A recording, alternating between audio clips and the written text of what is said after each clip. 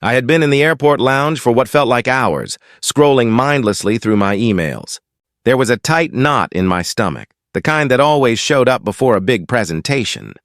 Business as usual, but there was this persistent buzz in the air, something I couldn't shake. I looked up from my screen and saw her. She was sitting across from me, mid-40s, blonde, confident, too confident. She was speaking a little too loudly, as if she was performing, the way some people talk when they want to be heard. I didn't pay much attention at first, focusing instead on my upcoming meetings. But then I heard the words that made me freeze mid-scroll. "I swear, these diversity quotas are ruining everything," she said, shaking her head with an exaggerated sigh. "It's just about filling spaces now."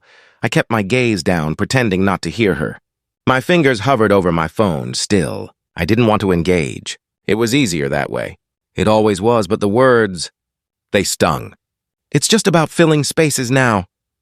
It wasn't the first time I'd heard that sentiment. Hell, it wouldn't be the last either. But today I felt the weight of it more than usual. She continued, oblivious to the fact that I had just heard every word. "I mean, look at all these people around here. It's like they don't even belong. I bet you didn't even get this job on your own, huh?" My hand clenched around my phone. I wanted to snap, to say something, to let her know who I was, to show her my damn credentials, my qualifications, the years of work, the countless sleepless nights, and the battles I fought to get here. But I stayed quiet, grinding my teeth instead. She wouldn't understand. She wasn't ready to understand. It wasn't worth the energy, or at least that's what I told myself. She was leaning back in her chair, sipping her coffee, as if the world was her stage. "It's all about quotas now. Every company's bending over backwards to meet some diversity number. It's getting out of hand." "Don't you think?" She paused, looking directly at me for the first time, like she was waiting for a response. I felt the pit in my stomach drop further. I swallowed. The air between us felt heavy, charged. She had no idea who I was, what I had accomplished, or what I'd fought against just to make it into this space. But I was the one trapped in silence now. I wanted to lash out, to call her out on every ignorant thing she had just said. But I stayed still. My fingers tightened around the phone. "Right?" she said again, as if her thoughts were the only truth. "I bet you don't even really get why diversity is important. It's just forced. It's like they've got to have someone from every race or whatever just to check off some box." I let out a shallow breath, trying to keep my emotions in check. It was exhausting, the constant need to swallow it all down, to hold back the anger that bubbled under the surface. It had become second nature. But today, I could feel the crack starting to widen. I tried to hold back, really. I did. But then she said, "Look at all these people around here. Most of them probably don't even belong in this job." I saw the way she looked around the room. Casual dismissal. My teeth ground together, and I felt the hot flush of indignation spread across my skin. Every part of me wanted to explode, to stand up and tell her she was wrong, so wrong. But I stayed silent, keeping my focus straight ahead. I couldn't do it. Not yet. I wasn't sure what would happen if I did. "I mean," she said, her voice growing a little louder, like she wanted everyone to hear her. "They just fill a seat. Take up space. Like that's the way it's supposed to be now." I felt a muscle in my jaw twitch. Was she really saying this out loud? Was she really saying it to me? She didn't even know who I was, didn't know what I had built. I wanted to throw my credentials in her face, every single one of them. I wanted to tell her about the first company I started from scratch, the sweat and tears, the countless rejections I faced, just because I was black. How I had to work twice as hard just to get the respect I deserved. But I stayed quiet. For now. Her eyes flicked over to me again, and for the first time I noticed the little smirk playing at the edge of her lips. She didn't know I could hear every word. She didn't know the man sitting across from her was a goddamn CEO. I clenched my fists, the urge to speak up rising like a tide. I could feel the heat of my own anger pushing against my ribs, but I swallowed it down. I wasn't sure what it was I was holding on to anymore. The need for peace? The fear that I would be labeled the angry black man, or just the knowledge that people like her would never understand. Her voice broke my thoughts again.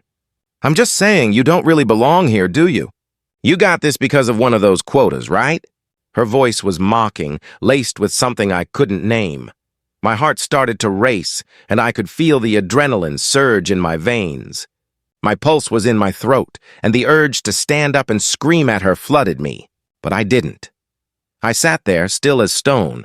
I could have told her that I had built a damn empire, that I had the power to change the lives of thousands, that I had proven myself time and time again, and that it wasn't some diversity program that had lifted me. It was my blood, sweat, and years of hard work. But I didn't, because in a moment like this, all that would be was just noise. She wasn't listening anyway. I could feel my chest tighten. This conversation, this encounter was eating at me. I wasn't sure if I was going to get up and walk out or if I was going to lose it. Either way, I had a choice to make, and right now, the best choice was silence. Let her have her moment, I thought bitterly. Let her think she's right. Maybe that's the only way to survive these moments, but damn, it was hard. I forced myself to stand up and walk away, my shoes clicking sharply on the tile floor. My chest was tight with frustration, with anger, with every word I had swallowed whole. I couldn't decide if I was walking away from her or from myself.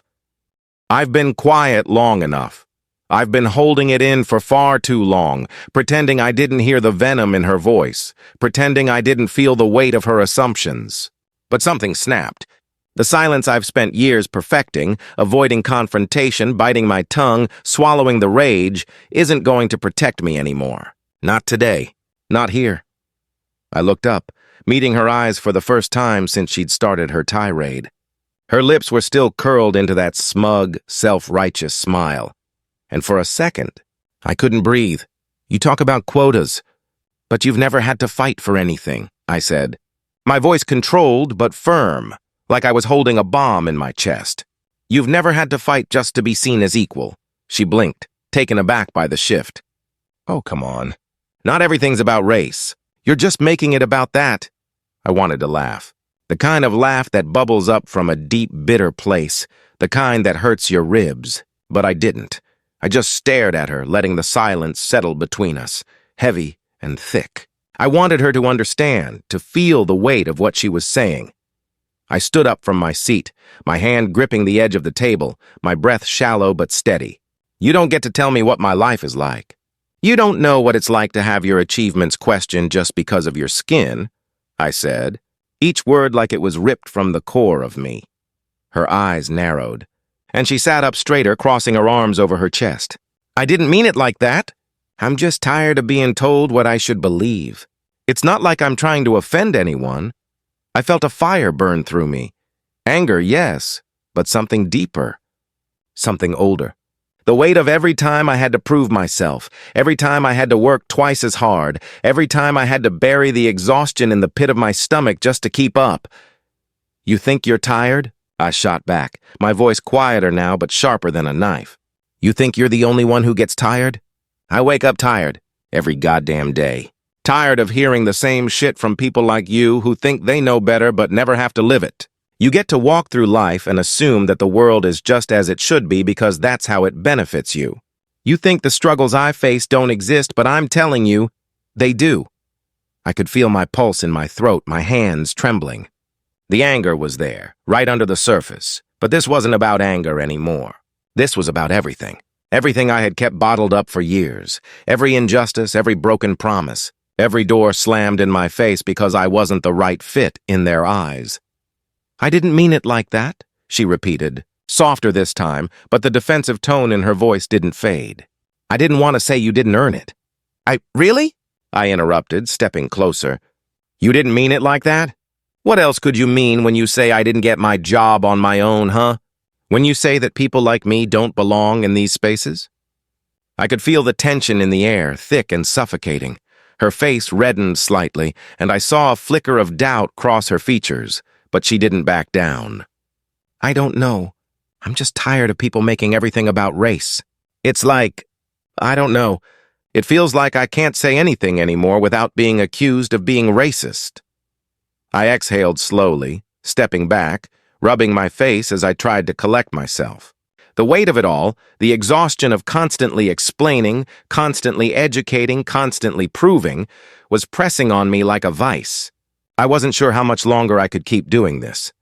It's not about what you should believe, Victoria, I said, My voice calm, but it carried. Every word was deliberate, like I was slowly carving through the layers of misunderstanding between us.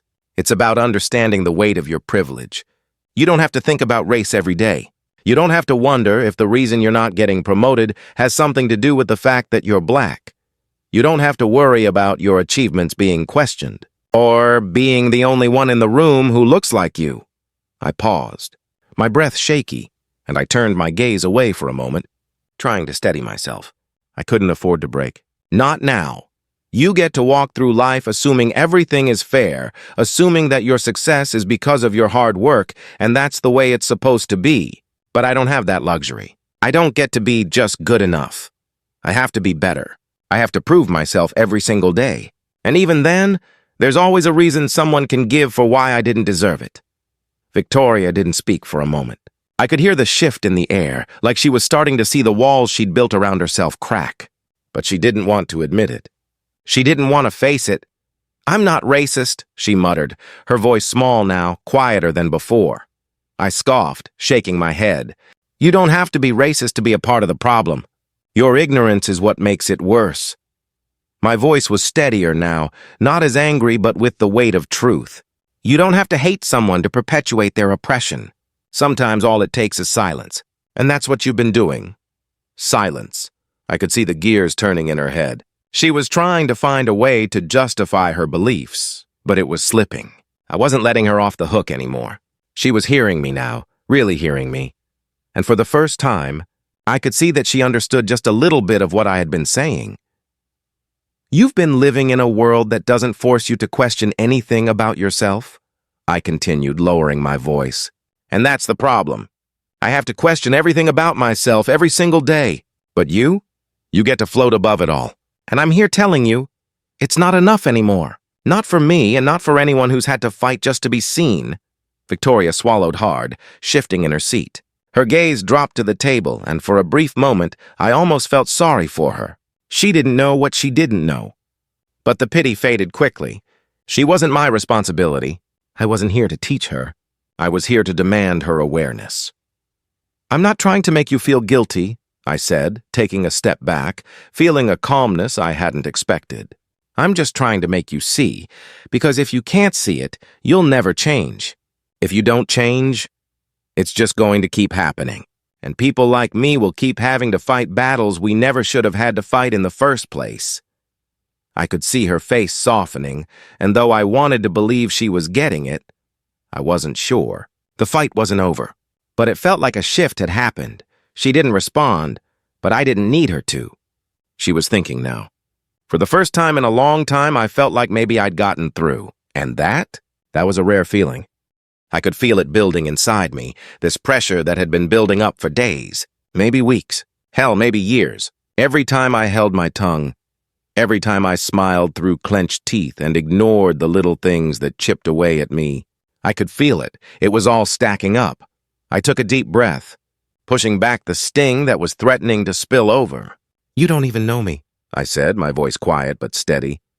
"You don't know the sacrifices I've had to make just to sit at this table." Victoria blinked at me, her face blank for a moment before she gave a half chuckle, like she thought I was exaggerating. "Come on, this is ridiculous. I didn't mean to offend you. I was just saying—" I cut her off before she could finish her sentence. "No," I said, my voice sharp now, louder. "You don't even realize how offensive you sound. You're so wrapped up in your own world you can't even see how your words hurt others." Her eyes flashed with something I couldn't quite place. Embarrassment, maybe? Or defensiveness? It didn't matter. She couldn't hide from it anymore. "You're telling me that I don't get it?" she asked, her voice trembling, but she was still trying to keep it controlled, like she was afraid of what might come next. "I didn't mean it like that. I didn't mean to hurt you." I couldn't believe the words coming out of her mouth. The denial. The unwillingness to accept what she had done. I let the silence hang in the air, thick and uncomfortable, just long enough to let her realize that her apologies didn't mean anything. "Does it matter what you meant?" I said, cutting her off again. "It doesn't matter what you meant. It matters what you said," she recoiled, her face reddening. I didn't—" she stammered, like she was trying to gather the right words. But the truth was that she didn't have any. I took a slow step toward her, the anger simmering. But my words were still steady, deliberate. Every time you open your mouth and talk about quotas and filling spaces, you're talking about people like me. You're talking about my life. You think I'm just here because I checked some box, that I'm just here because someone decided I fit some stupid diversity profile. But you don't know the first goddamn thing about how much I've had to work just to get here. My heart was pounding in my chest, but my voice didn't shake. I wasn't going to give her the satisfaction of seeing me lose control. She needed to hear this. She needed to understand. You don't see it. You don't know what it's like to have to work twice as hard just to be seen as equal. Do you think my promotions were handed to me on a silver platter? No, I was passed over for others who didn't look like me. I've been blamed for failures I had nothing to do with. Every time I step into a meeting, I have to fight for my space, for my seat at the table, while people like you sit there and think I'm here because of a quota. I let those words hang in the air, watching her face change. She wasn't laughing anymore. I don't know what you think you understand, I continued, my voice growing firmer with each word. But every time someone like you talks about these quotas, you're dehumanizing me. You're reducing me to just a box you think I checked, and I'm so damn tired of it. Tired of explaining, tired of proving I belong. I've been doing it for my whole life. She opened her mouth to say something, but nothing came out. The look on her face was a mix of guilt, confusion, and a hint of disbelief, like she didn't know where to go from here. But this wasn't about me giving her a way out. I wasn't here for her to make me feel better. I was here because she needed to understand. You don't even see it, do you? I said, stepping back and looking her directly in the eyes. You can't see past your own comfort. You think the world is the way it's supposed to be because it benefits you, because you've never had to fight for anything. You've never had to prove yourself over and over just to be seen as worthy. She didn't respond immediately, just stared at me, her breath coming in shallow bursts. I watched her closely. She wasn't just hearing me anymore. She was processing. Maybe for the first time she was starting to get a glimpse of how deeply wrong her assumptions had been. I'm sorry, she said, almost too quietly for me to hear. I didn't realize. I didn't know. I didn't let her finish. Of course you didn't, I said. Of course you didn't, but that's exactly the problem. People like you don't have to know. You don't have to think about these things, because the world is built for you, built for people who look like you, who don't have to question their place in it. I don't get that luxury. There was a long silence between us, and I could feel the weight of what had just been said settling in the space. I wasn't sure what to expect from her next. Would she apologize? Would she try to argue back, keep defending herself? But when she finally spoke again, it wasn't what I expected. I guess I didn't think it was that bad for you, she said, her voice small now, almost like a whisper. I didn't realize how much it affects you. I thought it was all, well, exaggerated, I guess. I didn't mean to hurt you. I really didn't. I exhaled slowly, feeling a strange calm wash over me, though the fire was still there, deep down. You don't have to mean it to hurt someone. It's what you say and how you say it that matters. But you don't get that, do you? Not until someone like me stands in front of you and says it out loud. She nodded, her gaze dropping to the floor. I could tell she was trying to piece it all together, but I wasn't interested in her attempt to make herself feel better anymore. Good, I said, my tone flat. Now that you've heard me, maybe you'll listen next time. Maybe next time you'll think before you speak. And with that, I turned on my heel and walked away, leaving her in the silence of her own thoughts. I could feel it bubbling up, the frustration, the anger, all of it just gnawing at me. Victoria was still sitting there, arms crossed, her expression flickering between disbelief and defensiveness. Her whole attitude screamed, I didn't mean it like that, but I wasn't buying it anymore. I wasn't interested in her excuses. I'd heard them all before. You don't get it, do you? I said, my voice quieter now, but there was still fire behind it. You think it's just about words. You think it's just about quotas and diversity hires. But I've been dealing with this my whole life. Every goddamn day. She shifted in her seat, like she was starting to feel the weight of it, but she wasn't backing down yet. I just don't get why you're making this personal, she said, almost like she was pleading. It's just the way things are. People get hired based on experience and qualifications. If you're the right fit, you get the job. I laughed, a short, bitter laugh. You don't get it, Victoria. I worked with someone for years. Thought we were close. He was the one who promised me that promotion. Then one day I found out they gave it to someone else. Why? Because I wasn't the right fit.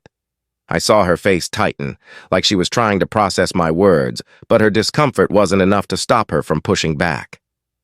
Well, that's business. It's not personal, right? Business? I repeated, a laugh escaping me again, but this time it didn't feel funny. You're seriously going to say that? You think it's not personal? That's the thing with racism. It's always personal, even when it's disguised as business. I leaned forward, the words coming faster now, like I couldn't stop them if I tried. Do you have any idea what that feels like? To have someone you trust tell you one thing, promise you something, and then take it all away because you don't fit some invisible standard? Because you're not what they think is the right fit? They don't even tell you it's because of your race. They just dress it up in corporate speak, but I see through it. I've seen it too many times. She was quiet for a second, and I noticed how she shifted uncomfortably in her seat, her gaze darting away like she was looking for a way out of this conversation. I don't know what you want from me, okay? Victoria said, her voice a little softer now, almost like she was starting to crack under the weight of it all. I don't think this is the same thing. I took a deep breath, steadying myself, but it didn't help the tightness in my chest. I wasn't angry anymore, not in the same way. I was exhausted. Exhausted from explaining, exhausted from trying to make people see what was so painfully clear to me. Of course you don't, I said, my voice cold. It's easy not to see it when you've never been on the receiving end. I let the words hang in the air, heavy and final. Her eyes flashed, and I could tell she was about to say something, maybe defend herself again. But I wasn't having it. Not anymore. You've never been in a room full of people who look at you and see nothing but the color of your skin. You've never been the only one in the room who feels like they don't belong. You've never had to listen to people make decisions about your future based on assumptions they make about who you are. You've never had to work harder just to prove you're worthy of a seat at the table. And that's why you don't get it. She opened her mouth to speak, but the words seemed to catch in her throat. I could see the frustration building on her face, the way she was trying to grasp onto something, anything, that could explain away the pain in my voice. But she couldn't. She couldn't explain it away anymore. Not after everything I'd said. I didn't mean to make it about race, she finally said, her voice small. I just didn't think it was that deep. I shook my head, not out of anger this time, but out of disappointment. That's exactly the problem. You never think it's that deep. You've never had to think about it because the world works for you. It bends over backward to accommodate you, to make sure you feel like you're entitled to everything. But for people like me, we have to fight for every damn thing, every seat at the table, every inch of respect. And no one even notices the toll it takes on us because to them, it's just business. Her face twisted into something between guilt and confusion, like she didn't know how to fix this, how to make it right. I didn't know, she said, her voice quieter now. I didn't know it was like that for you. I let out a deep sigh, trying to calm the storm inside me. You didn't know? But you're learning now. That's the thing. People like you, people who've never had to face this, don't know. They think the world is fair because it's fair to them, but it's not. She fell silent again, her gaze dropping to her hands in her lap. I could tell she didn't have an answer, and I wasn't expecting one. There was no magic apology that was going to fix this. No words that could suddenly make everything right, but I needed her to understand. I needed her to feel it, to see that there was more to this than just empty words or corporate jargon. There was real pain behind it all. I stood up, feeling the tension leave my body as I straightened up. It's not enough to just not be racist, Victoria. You have to understand how racism works, how it seeps into everything, into the decisions, into the opportunities, into the ways people are treated. You can't just pretend it doesn't exist because it doesn't affect you. You have to do more than that. She looked up at me, eyes wide, like she was seeing me for the first time. But I knew she still had a long way to go. She had a lot more to learn. And I wasn't sure I had the strength to teach her anymore. I turned and walked away, not waiting for her response. I had said what I needed to say. Whether she heard me or not, that was up to her. But at least now she couldn't say she didn't know. I didn't say anything for a few seconds. I just watched her, saw how her shoulders had slumped, how she shifted uneasily in her seat, like she was trying to figure out if I was going to let her off the hook. The truth was, I was done with her apologies, done with the hollow words. People like Victoria didn't need to apologize. They needed to change. I don't need your apology, I said, my voice controlled but heavy with years of unspoken frustration. I need you to understand that you can't just move through life without acknowledging what you've said and done. She froze, her lips parting like she was about to say something, but the words didn't come. I could feel the tension in the air, a silence hanging over us that made her squirm. I didn't mean it, I swear, she said suddenly, her voice cracking, her hands wringing in her lap. I wasn't trying to be racist, I was just venting. It's just how things are, you know. Everyone feels this way. Everyone's talking about these damn quotas, and I just got caught up in it. I couldn't stop the bitterness from slipping into my words. Venting? I repeated, shaking my head slowly. You don't just vent about people's lives like that. You've been taught that it's okay to talk down to others, to belittle them because they don't fit some mold you've been spoon-fed. That's not something I can forget, Victoria. It's not something I'm just going to brush off because you didn't mean it. I watched her face flush, the guilt clearly eating at her, but it wasn't enough. It wasn't enough for me anymore. I'd spent my whole life making excuses for people like her, making room for them to get it wrong, to fumble through their ignorance. But not anymore. Not this time. I never meant to hurt anyone, she said quietly, almost a whisper, like she was trying to make herself sound smaller, to make it easier for me to forgive her. I could hear the desperation in her voice, but I wasn't moved by it. Then stop doing it, I said, my voice cold. Learn, or you'll keep hurting people like me. I took a step back, letting the words sink in, giving her space to think. But I wasn't looking for her to offer another apology. I didn't want her to say she was sorry again. It was meaningless at this point. What I wanted, what I needed, was for her to see. To really see the consequences of her words, of her ignorance. She looked at me, eyes wide, like she was searching for some kind of redemption, some kind of easy fix. But there wasn't one. Not for me. Not for this. I wasn't interested in forgiveness. I wasn't here to save her. This wasn't about her breaking down in front of me, begging me to understand that she was better than that. I didn't care about her tears. I cared about what came next. You can't walk through life pretending you don't know the harm you're doing. You've been taught to think like that. Taught to believe that people like me don't deserve the same opportunities, the same respect, and that's not something I can overlook. I let out a slow breath, my hands balling into fists, not out of anger, but out of a quiet resolve. You've got to unlearn all of that. All of it. She didn't say anything for a long time, her lips trembling like she was trying to keep herself together. I didn't care about the tears or the guilt. What mattered now was whether she was willing to change. I don't know how to change all of that, she said, her voice cracking under the pressure. I don't know how to fix this. I never realized how deep it went. I never realized what I was actually doing. I didn't flinch. You can start by listening, I said, my voice quieter now but still firm. Start by hearing the words you use and questioning why you use them. Question what they really mean. Look beyond your own world, Victoria. Look at how your words affect people who aren't like you. I could see her trembling like she was on the edge of a breakdown, but I wasn't here to fix her. I wasn't here to make her feel better. I was here because I needed to reclaim something. I needed to stop being afraid of confronting people like her, people who lived in a world where their privilege blinded them to the suffering of others. I never thought about it like that, she said, her voice barely above a whisper. I didn't realize how much harm I was doing. How much I have done. I didn't say anything. I didn't need to. She had already said it.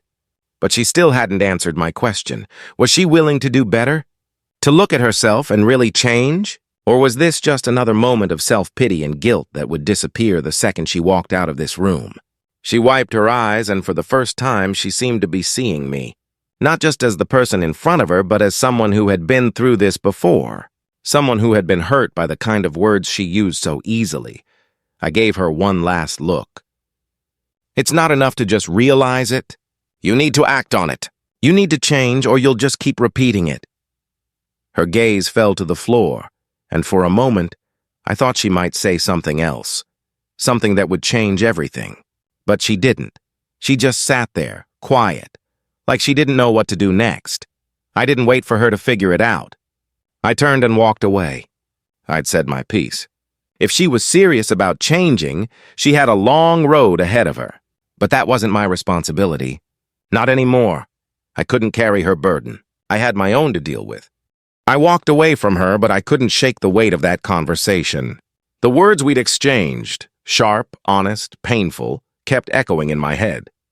I tried to keep my thoughts focused on the meetings ahead, but it wasn't working. Every step I took, I felt the sting of it. I didn't look back at her. I couldn't. I wasn't sure if I was done with the conversation or if I just needed a break. But I knew one thing. I'd said what I needed to say.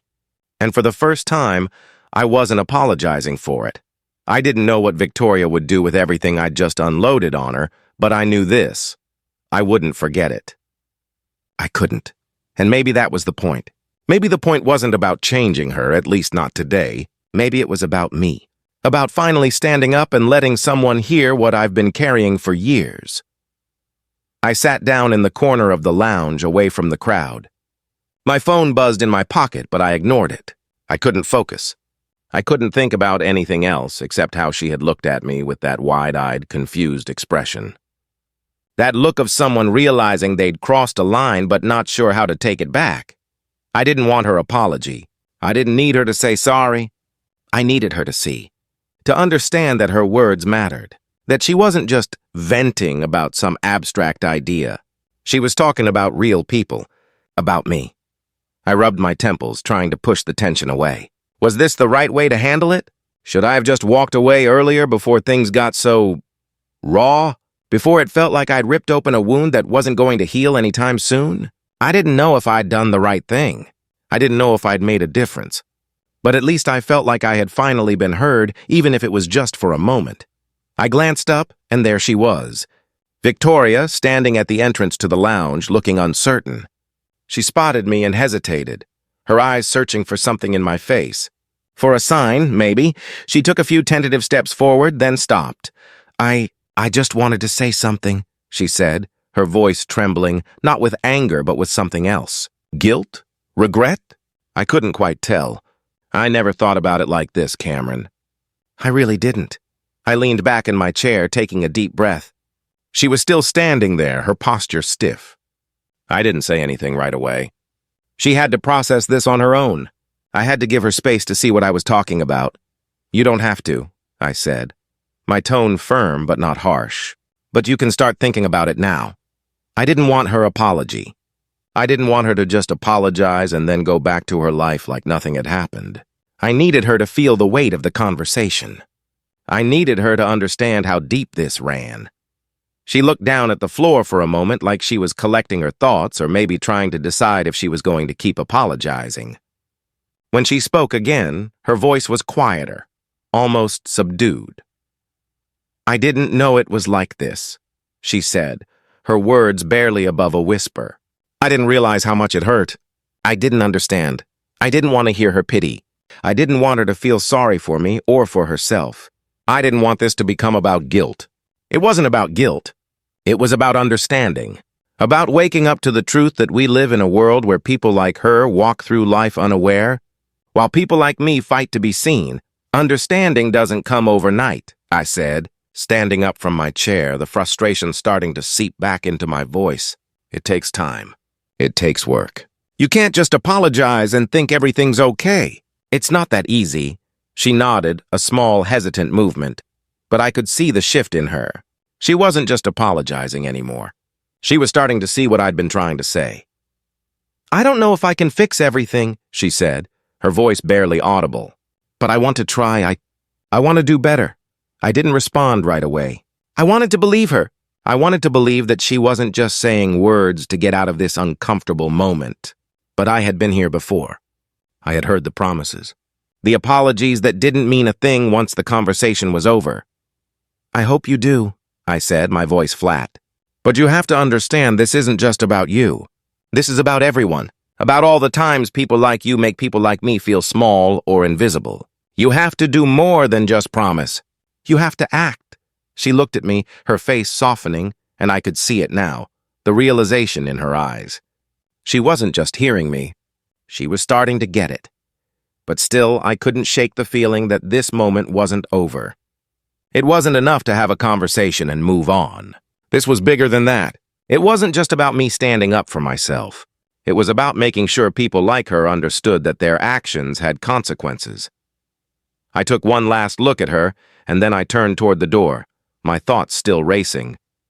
I didn't know if she'd really change, if she'd follow through, but for the first time, I felt like I wasn't just fighting for myself anymore. I was fighting for every person who had been dismissed, ignored, or belittled because of the color of their skin. As I stepped out of the lounge, I knew this was just the beginning. The work wasn't over. It was only starting, and for the first time in a long time, I felt ready for it. The sound of my phone buzzing in my pocket interrupted my thoughts, and I pulled it out, already knowing who it was before I even looked. It was Victoria's name on the screen, followed by a message. "Can we talk? I owe you a real apology."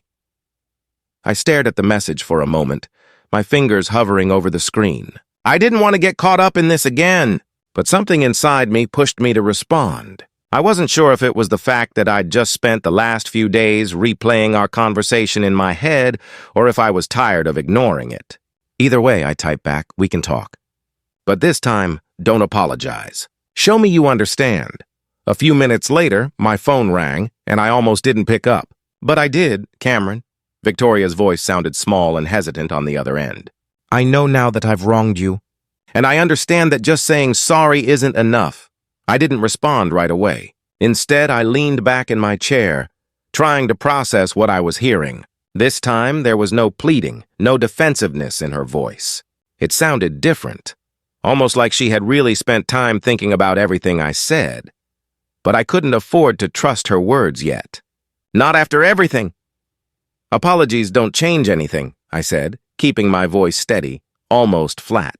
"You want to prove you're not the person you were yesterday? Start by doing better. Start by listening to people who've lived this." There was a pause, and I could hear her breathing, like she was trying to gather the right words. "I want to," she said, her voice small. "I really do, but I don't know how." I could feel the hesitation in her tone. Was this another empty apology? Or was she actually trying to reach for something real?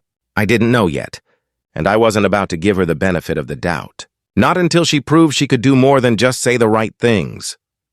"You don't get a manual for this," I said, a little colder than I meant to. "You just start. You start by understanding that the world doesn't revolve around you, that the way you've lived your life, unaware, unchallenged, is the problem. And you can't fix it overnight, but if you're serious about changing, you have to commit to doing better every day." I let the silence hang between us for a moment, letting her sit with those words. I wasn't here to make her feel better. I wasn't here to make her comfortable. "I don't know where to start," she said finally, her voice trembling a little, and I could almost hear the guilt dripping through. It wasn't enough, though. She couldn't expect me to hold her hand through this.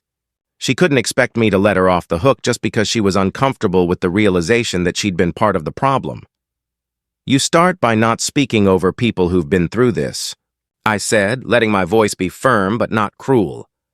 "You start by acknowledging that your actions have consequences, consequences that you've never had to face.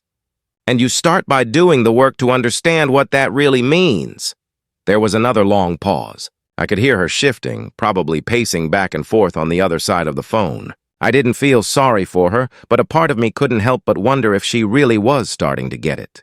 Maybe she was finally listening. Or maybe this was just the beginning of her trying to absolve herself with words. "I've been thinking about what you said," she said, and this time there was a stronger edge to her voice, like she was digging deeper. "I've been thinking about how easily I've been able to ignore the reality of the way people are treated because of their skin. I've been so caught up in my own world that I didn't see what was happening right in front of me. I didn't see how my words, my actions, my privilege have affected people like you." Her words were raw, and for a split second, I could almost believe she meant them. But then I remembered all the times people like her had said the same things without ever changing. I wasn't going to be fooled by a few lines of regret. "You're getting it," I said, trying to stay measured. "But this isn't just about you feeling guilty for what you've said. This is about changing your mindset. This is about realizing that what you see as normal, the way you've been able to live, to ignore, to dismiss, is not the same reality that people like me live every day."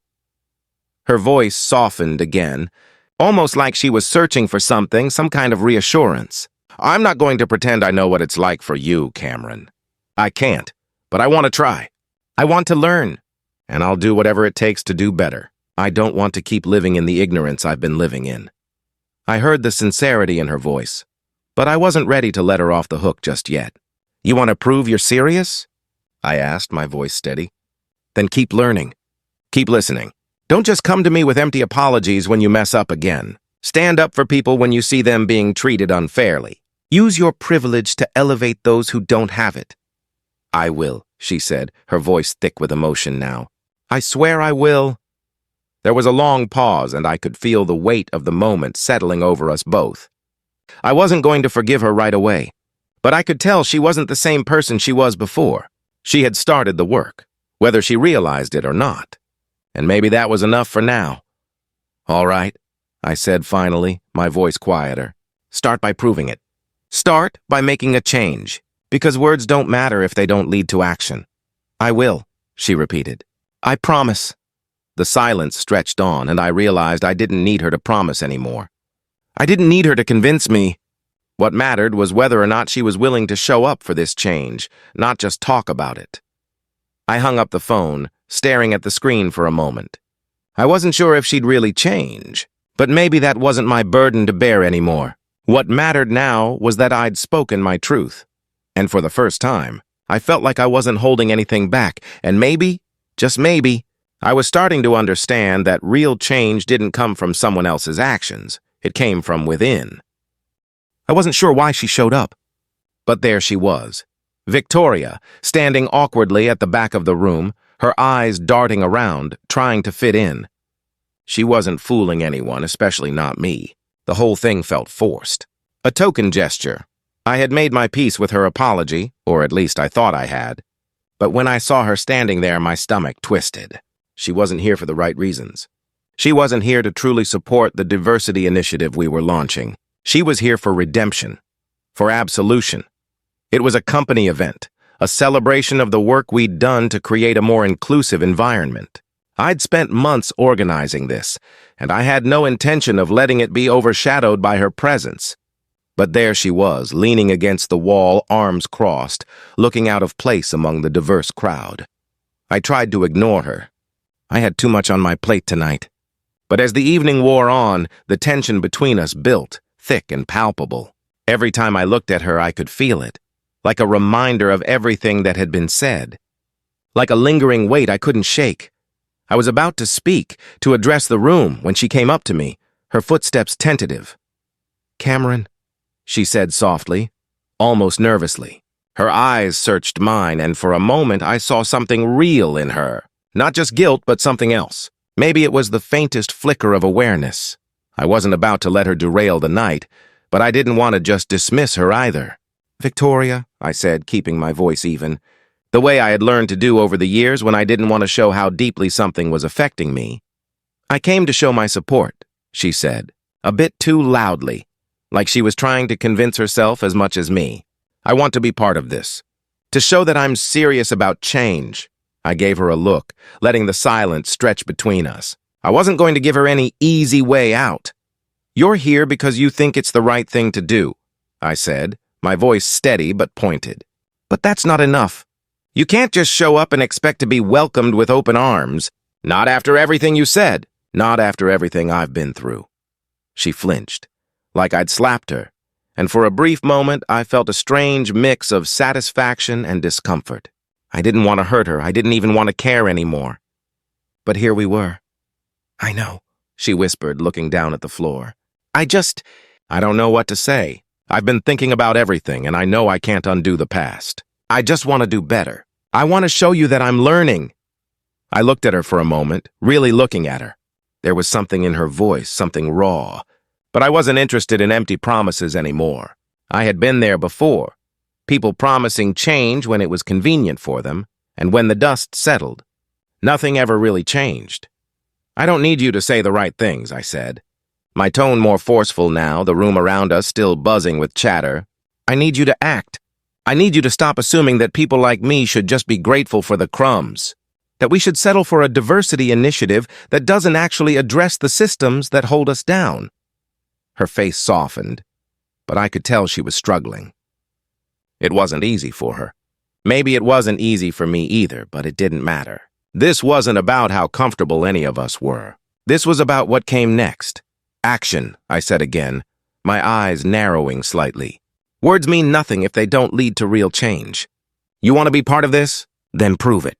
Stop treating diversity like it's some checklist you can tick off to make yourself feel better." She nodded slowly. "I'll try," she said, and I could see her trying to absorb the weight of it all, but I wasn't sure she truly understood. I stepped away from her, turning my attention to the crowd. The speech I had been preparing for weeks was waiting to be delivered, but before I started, I couldn't help but throw one last glance in Victoria's direction. She was standing there quietly, but I could see the wheels turning in her head. Maybe this was the first time she'd truly started to understand what it meant to be on the other side of privilege. I cleared my throat and stood tall in front of the crowd, the mic in my hand steady. As I spoke, my mind was still on Victoria, but I knew this was my moment to set the tone for the rest of the evening. It wasn't just about this event. It was about what we would do after the applause faded. "We can't change the world by just saying the right things," I said, my voice carrying through the room, every word resonating with the weight of everything I had been holding in. "We change it by living with integrity every day, no matter how hard it is. We change it by standing up for each other when no one else is watching. We change it by recognizing the privilege we hold and using it to lift others up." I let my words settle into the air, letting them hang there for a moment before continuing. I wasn't just speaking to the room, I was speaking to myself. I had learned that true change didn't come from demanding it from others. It came from demanding it from myself.